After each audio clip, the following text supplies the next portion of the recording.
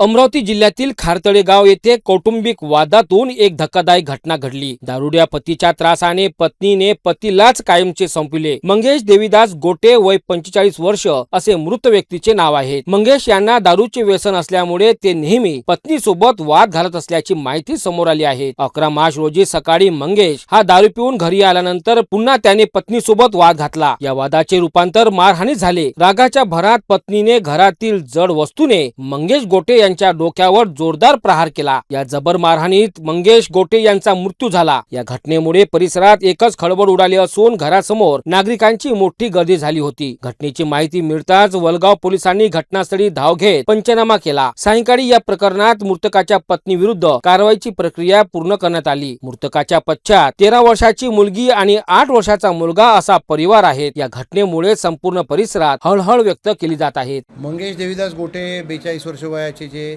व्यक्ती होते ते नेहमी दारू पिऊन त्यांच्या पत्नीला त्रास देत असत, मारहाण करत असत। याच्यावरून त्यांची पत्नी छाया आहे आणि हिने तिला काल तो दारू पिऊन आलेला असताना मारहाण केली। त्याच्यात त्यांचा मृत्यू झालेला आहे। त्याच्यात तिने त्यांचा खून केलेला आहे। यावरून वलगाव पोलीस ठाण्यात गुन्हा दाखल करण्याची प्रक्रिया सुरू असून पुढील तपास वलगाव पोलीस ठाण्याचे अधिकारी करत आहेत।